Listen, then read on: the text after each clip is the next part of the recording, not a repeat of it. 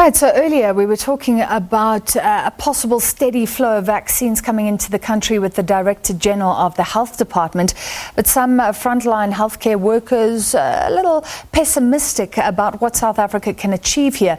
Let's speak to the President of the Young Nurses Indaba Trade Union, that's Lerato Mthunzi. Ms. Mthunzi, thank you for being with us. So some nurses are saying that the fact that nurses are still struggling to get PPE shows that we're really not ready for a major vaccine rollout. It's quite incredible to hear. I mean, what are the problems with PPE right now? Currently, as we look at the state of affairs at the front line, at the shop floor, healthcare workers are still struggling with bare minimums. When we speak of this vaccine, which frontline workers exactly have we budgeted for to be able to roll out this vaccine to self as well as to the community at large?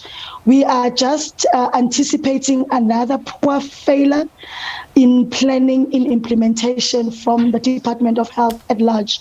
But what PPE problems are there? When you say basics, do nurses have masks, protection when they're dealing with a COVID-19 patient?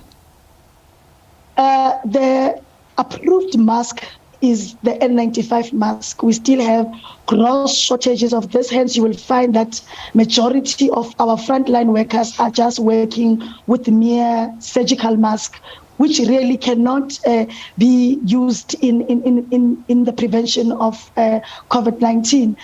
You'll find them wearing 2 or 3 at a time, and just so that they are trying to augment what is not there on the shop floor. They're still wearing your mere plastic aprons and that surgical mask without proper approved WHO standard PPE. All right, so nurses still feel very vulnerable across public institutions. Are we talking about here? We are talking about both public as well as private sector. A lot of private sector nurses as well have reported that the ability of the employer to provide, I'll make an example for you, where you have PPE that you must use for a limited amount of time, for 4 hours, they'll find themselves having to use the same PPE for days on end. And obviously this speaks to cost that the employers are incurring in both private and public, and that is the biggest concern. All right, so you say this means we can't roll out vaccines. I just want to explore that with you. Explain how it works to us. As far as I understand, a flu vaccine arrives in the country, I think, once a year, and there are logistics around that. It's rolled out. Nurses get geared up pretty quickly to give that jab. Obviously, the demand will be higher, but why do you say it's all going to be a failure? The flu vaccine that we get, first and foremost, we need to understand that it's a flu vaccine that has been trialed, and nurses across as well as our doctors are trained, and they know exactly what they will be giving a jab to clients about. With this one is a different ball game altogether. There are 5 key concerns that is brought from the nurses. The first thing is that we are saying that it must be rolled out to frontline staff, and this is still a trial. No one can actually say we understand fully what this is.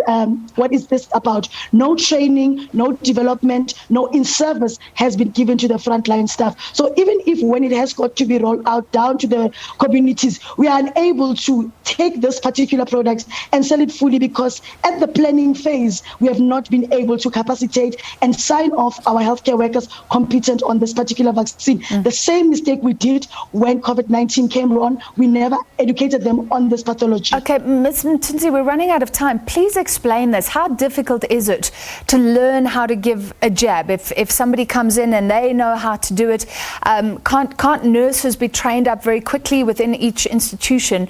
Or are you saying it's much more complicated than that? Look, it's far more complicated than just giving a jab.